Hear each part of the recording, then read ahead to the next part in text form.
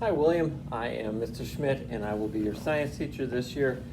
We are still trying to figure out exactly how to do the uploading of these videos. I thought I had a couple of them, and it didn't work. So there's one on the number 1, the 4 intro questions.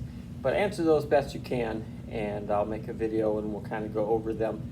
You can get the answers, or you can get some of the answers from the book. They'll come up. Some of them are just yours. So do the best you can. We'll talk about it. We watched a kind of a goofy scientific method movie, but it's old enough that it's on videotape, and I couldn't find any copy of it on YouTube or anything. So that part, it gave them a little background, but they named the steps a little differently, so it really won't mess you up too much not to have seen that. We're going to go through this fairly quick. The first one, when I did it in class, went too long. The file got too big. So the scientific method is basically just, the purpose is it's just a problem-solving tool. Oops, and I got to get this so everything fits on there. Hopefully I can do this. That's going to fall.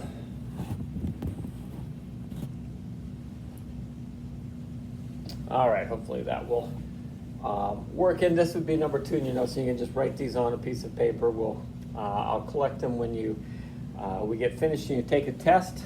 And they have, Mrs. Crable has said that for tests, it will be after school once it's cleared out, and we'll have you come in and actually take the tests here at school. But you are the only physical science student doing this just at home, so it would be easy. We don't have to worry about even a whole lot of social distancing. You'll be the only student that will be in the classroom here with me, or whatever testing site it is. And it is based on observations. So observations are anything we get with our 5 senses. So anything that we can see, hear, touch, smell, or taste. Most of it will come through seeing. We are not going to do a lot of tasting, and even smelling can be dangerous in the lab. So most of it is going to be what we can see, although hearing and stuff will be part of it as well. 2 basic types of it. The first type of observations are qualitative, and that describes the object without using numbers. And an example is the dog has white fur. The person was tall. They had high heels, whatever. There's no number or measurement with it, but we're still just describing it. It's the way we normally describe things. The other type, which science uses a lot of, and law enforcement they're looking for, is quantitative. It uses a number or a measurement. So rather than saying somebody is tall or short, it's easier if we say that that person is a certain height, 5'11" tall. The dog has 4 paws. Anything with a number or a measurement is quantitative. All right, the first step is identifying the problem, and you are going to need to know the steps of the scientific method in order. There's only 5 of them, so it shouldn't be too difficult, and it's not scripture, so word for word. So if you said state the problem, say what the problem is, all of those are fine. It's the right idea. But what you should do in that is you should clearly state what you're studying. That helps other people who are reading what you're doing to know what you are trying to do. It also keeps you on task too, to make sure that you're actually answering the question and you're heading in the right direction. It should be along that lines. It should be in the form of a question. And the one that we've used in the past, and because of the COVID-19, we aren't actually going to be doing this. We'll be doing some labs. I sent some of the pages home with you. You can try them there, fill out the sheets as you go through. But one of them is, which gender, boys or girls in the 9th grade, would blow the bigger bubbles out of bubble gum? All right, now we don't answer it here. This is just telling us what we're going to study. That's just the question. So step one just tells us what it is that we're looking to try and figure out. And obviously this one is not a particularly important one. We aren't going to win any Nobel Prizes, but generally it's kind of fun, but we'll hold off for the fun for some of the other labs. Step two is to collect information. We need to have a little bit of background on the subject, so we can ask, if you're going to ask a survey or take a survey, ask people who've had experience. And recently, for example, if you're going to talk about bubble gum, don't ask people my age. We don't chew a lot of bubble gum anymore. We chew gum, but we don't chew bubble gum as much. So ask younger people that would still be enjoying the bubble gum. You might be able to look up research. Pretty tough to find research on this. So the only research that I could find was I found a record holder. Hopefully this is going to show up here.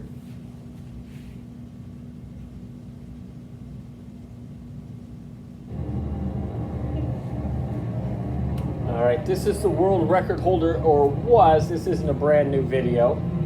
And it helps if you can understand Spanish when we do this.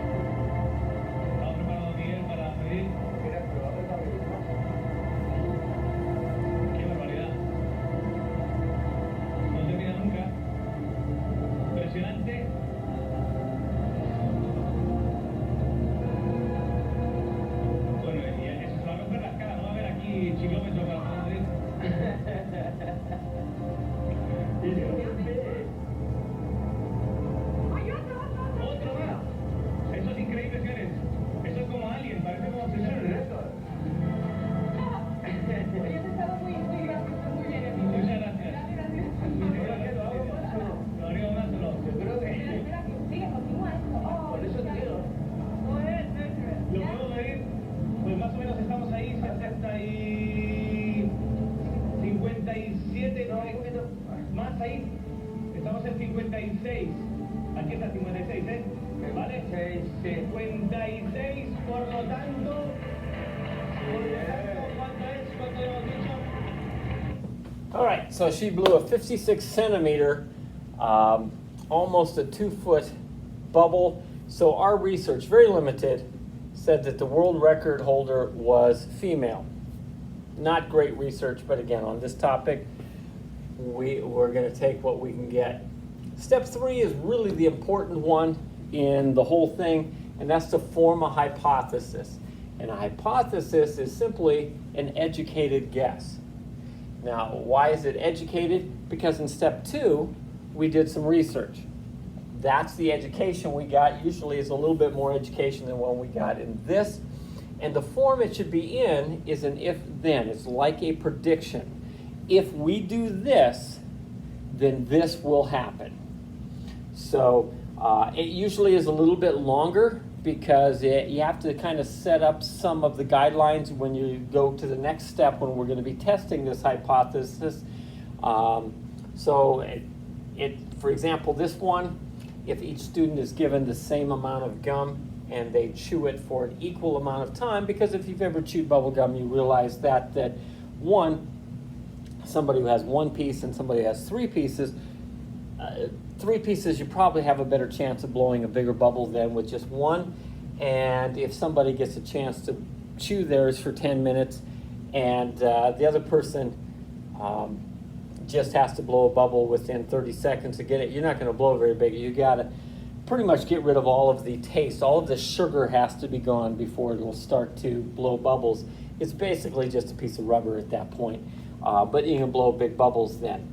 Then the girls, remember we said that the female was the record holder. the girls will blow a larger average bubble. Now, just because we have to pick one or the other, and that's what the research shows. It's not a big deal which one. It's not even always that big of a deal if your hypothesis is wrong. A lot of times a bad hypothesis that people would say leads to a better experiment the next time. You still gain information. So this is what we came up with, a hypothesis for this based on our limited research. Once you've done that, now you've got to test it. And when you test it, you have to make sure that it's actually going to test what you want, and when you're done, it's going to tell you what you want to know. So when you test that, first of all, we have to think about the variables. Variables are anything that can change in an experiment. And in any experiment, you're going to have an experimental variable. That's what you're testing. In this case, we'll be talking about what we're testing is which gender it is. That's the variable that we want to test, and there should be only one. And we use the example, if we were going to try and see if when we're growing plants, if we fed one of them Red Bull and the other one water. So we watered one, and the other one, instead of water, got Red Bull to see if it made the plant hyper. We could do that.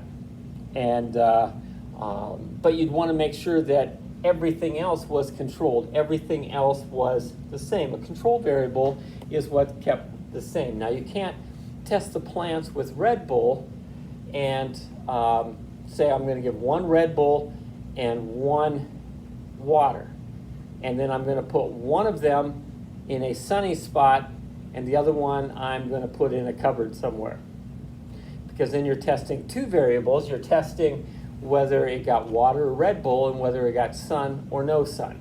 So if one grew better, you don't know that it's because of which variable. You're not sure. So you should only have one. So if it grows better, you can say, aha, this is the reason it grew better.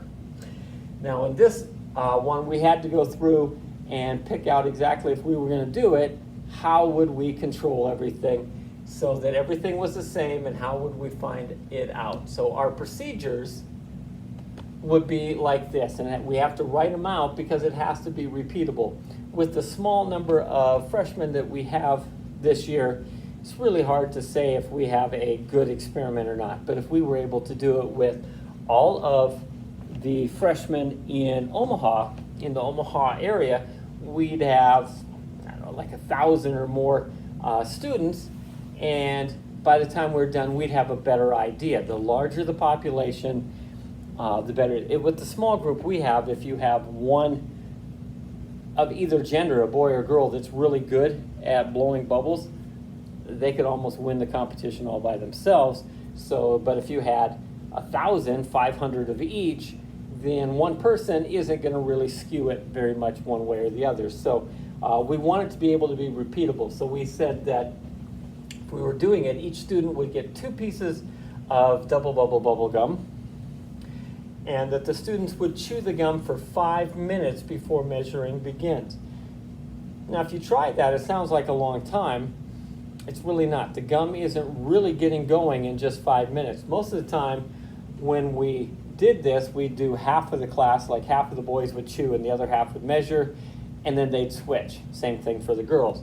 And when the second group was getting measured, the group that went first, then while they were still chewing their gum, they could really blow big bubbles because they had a lot more time. They had another 5-10 minutes.